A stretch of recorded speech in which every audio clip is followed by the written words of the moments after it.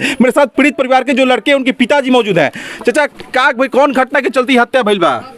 अरे हमरा मालूम नहीं के तो जी बता दो, चुनाव के लेकर झंडा उन्हें टंगा झंडा के लिए भइल बा। हमारा कल हत्या तो हम गाय दुहत रहो तो गो समोसा खाए खातिर जी हम जाते हैं चाय समोसा खा जा एगो और लेकर हुए जा 6 बजे तो सा मैं दूध ले जातू। अच्छा प्रशासन से काम मांग कर मेरा बेटा के काफी बेरहमी से हत्या कर, प्रशासन से काम मांग करते नहीं? हम कुछ मांग नहीं करते, मांग करते नहीं है जौन हम अथी के लिए ओकर सजाए होके चाहिए। हाँ तो खून के बदला में खून होके के चाहिए, दूसरा मतलब खून सुनवाई नहीं के। छपरा में एक बार फिर चुनावी रंजिश में युवक की हत्या कर दी गई। प्रशासन पर परिजन जो है कई तरह के सवाल खड़ा कर रहे हैं।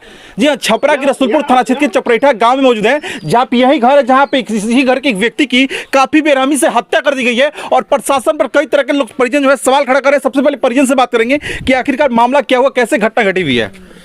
घटना घटी कि हम लोग बीजेपी का झंडा लगाए थे अपने छत पे। अच्छा। कुछ दबंग लोग आए, 25 तारीख को झंडा उतार कर अलमटेन का झंडा टांग दिए। अच्छा। हम अपने घर से निकले, देखे कि ये झंडा टांगा है तो हम पूछे कि भाई कौन टांगा है, तो ये मतलब गाली गलौज करने लगा। उसके बाद चाकू मारने लगा। अच्छा। चाकू मारे, उसके बाद मेरा भाई निकला अंदर से लाठी लेकर, तले भाग गए। उसके बाद हम जाकर केस किए तो फिर बड़ा बाबू आए जाँच करने के लिए। जब जाँच किए फिर हमें भी उठा कर लेके चले गए थाना पर, ले जाकर बंद कर दिया। बोल रहे हैं कि अगर केस नहीं उठाओगे तो 6 महीने साल भर के अंदर आपको ठेल देंगे। ऐसा कौन बोला है? बड़ा बाबू प्रभात सर बोले हैं। अच्छा। हम जो थाना का मेन अतिथि हैं वही बोले हैं ये 6 महीने साल भर के अंदर कर देंगे तुम्हें, नहीं तो जल्दी केस उठा करके प्रमाइज कर लो। अच्छा, चोट आप लोगों को लगा था कि उस पक्ष को लगा था? हाँ, हमें चोट लगा था। देखिए चाकू लगा था मेरा, यहाँ दो जगह चाकू लगा था। उसके बावजूद भी थाना प्रभारी बोले कि हाँ, तो उसके बावजूद भी थाना प्रभारी कह रहे हैं कि अगर कंप्रोमाइज नहीं कीजिएगा तो आपको 6 महीने साल भर के अंदर हम ठेल देंगे जेल में, कोर्ट भेज देंगे। वो तो नाबालिग है, वो छूट जाएगा, तुम तो नहीं छूटोगे, कम से कम साल भर के लिए तुझे छोड़ेंगे। उसके बाद हम मतलब कि हमारे मुखिया जी आए, मुखिया होकर डरवा कर हमें कंप्रोमाइज करवा लिए। वही झगड़ा है कि एबरा मर्डर कर दिया वो सब। मतलब कल क्या हुआ, कल कैसे क्या हुआ? कल नहीं, जो जीते सिग्रीवाल जी, वो दिन वो लड़का पटाखा फोड़ रहा था। तो वो मतलब उसमें वहाँ पे उसका घर है, तो वो आके दबंगई करने लगा कि यहाँ पे क्यों पटाखा फोड़ रहा है, अपने द्वार पे फोड़। तो वो आके अपना वहाँ पे उसका द्वार है वहाँ पे फोड़ने लगा। फिर गांव के लोग सल्टा दिए। तो उसी दिन बोला था कि तुझे जान से मार देंगे। तो उसी दिन जान से बोलने के मारा था। तो वो लेटरिन करने गया था, लड़का लेटरिन करने गया था। तो उसको खींच कर उसका शत्रुघ्न जादव, पिंटू जादव और उसका छोटा भाई और ठाकुर के नाती और बंधु जादव और 4-5 व्यक्ति थे, उसे धोकर मार उड़ कर कम से कम 5 जगह चाकू मारे हैं। यहाँ से चाकू मारे हैं, बाहर निकल गया है। फिर यहाँ चाकू मारे थे, फिर यहाँ चाकू मारे हैं और फिर यहाँ भी चाकू मारे थे, पीठ में भी चाकू मारे थे। उसके बाद उसे ले जाकर रेलवे लाइन के पटरी पर उसका गर्दन धर दिया। तो एक व्यक्ति जो था वो देखा था, वो आकर रोते रोते हमसे बोला, सारा परिजन से बोला। हम लोग दौड़ के गए बाइक से लेकर, बाइक से देखें तो वो इसका धर कट गया था। उसी टाइम में मृत्यु हो गया था। फिर भी हम लोग उठाकर जंक्शन पर रखे, बड़ा बाबू आए। उसके बाद गाड़ी में हम लोग उठाकर ले गए, गाड़ी में एस कुमार के पास ले गए थे। एस कुमार भी जवाब दे दिए। फिर सरकारी में ले गए, सरकारी डॉक्टर भी जवाब दे दिए कि डेथ कर चुके हैं। अच्छा, प्रशासन की लगातार लापरवाही देख रही है, पुलिस कप्तान से क्या मांग कीजिएगा इस घटना को लेकर? पुलिस बहुत लापरवाही कर रही है इसमें, जिस घटना में। हाँ जी, पुलिस और हमारे गाँव के जो चौकीदार हैं वो तो अपने आप को बूझ रहे हैं कि हम दरोगा हैं। दरोगा बुझ रहे हैं कि हम दरोगा हैं, हम जो कहेंगे वो करेंगे।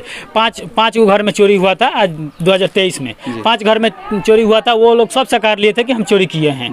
फिर भी जाकर बंधु जादव ने कंप्रोमाइज कर पैसा वैसा बड़ा बाबू को देकर और सबको छुड़वा दिया। अभी साल भर हो रहा है। फिर हमारे ही घर से झगड़ा हुआ था, मतलब हमारे पूरे गोसाई से झगड़ा हुआ था अहिरन से, किस गाना बजाने के लिए हमारे द्वार पे बारात आया था। वो लोग दबंग आकर अपने अहिरन का गाना बजाने लगे। हमारे घर के परिजन ने काम रोकने के लिए तो उन्हें मार उड़कर आंखों मतलब यहाँ फट गया था उसका। मतलब जो घटना घटी उसमें थाना प्रभारी और चौकीदार की मिलीभगत से हत्या हुआ। हाँ, सबसे ज्यादा चौकीदार कहाँ थे उसमें। उसके बाद बड़ा बाबू को रात को 1 बजे 4 बार फोन किया कि इस घर में एक अपराधी छुपा हुआ है, आप आके गिरफ्तार कीजिए। वो बोल रहे हैं कि नहीं हम नहीं आएंगे, आप अपना फैमिली मैटर के लिए उसको गिरफ्तार करा रहे हैं। हमारा फैमिली मैटर क्या है, बरका जी का लड़का गया है।